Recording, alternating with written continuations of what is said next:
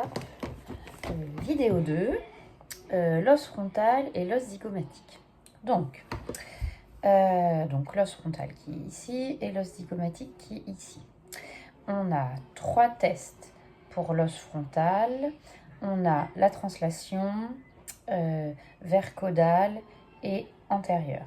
Donc on va venir se mettre au niveau du frontal, par exemple ici pour aller vers antérieur, pour aller vers caudal ici par exemple, et pour la translation, le mieux c'est de s'installer au niveau des piliers externes du frontal.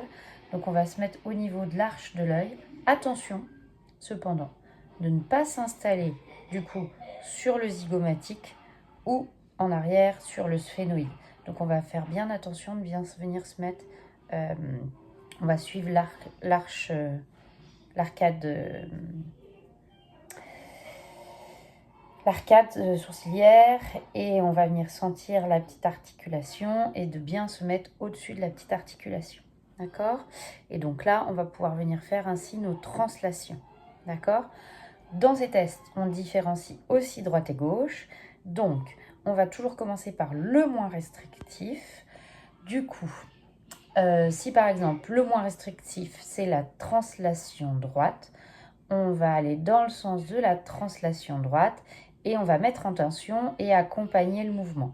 Et à nouveau, on reteste translation, caudale ou alors antérieure. Et à nouveau, on va vers le moins restrictif. Et toujours, on teste. Et l'objectif, c'est d'avoir normalisé tous ces vecteurs.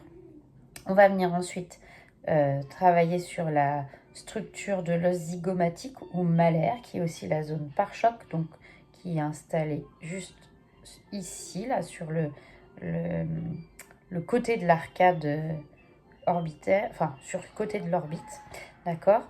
On a 2 possibilités. Soit on s'installe juste à l'extérieur de l'orbite, d'accord. Et donc là, on va aller faire 2 tests, antérieur et postérieur, d'accord. Donc on va emmener l'arcade vers l'avant ou alors vers l'arrière.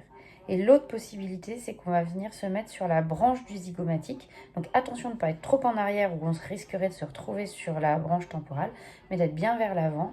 Et donc on va venir essayer, hop, d'emmener vers antérieur et postérieur. Si on trouve une limitation, on viendra toujours travailler vers antérieur. Hop.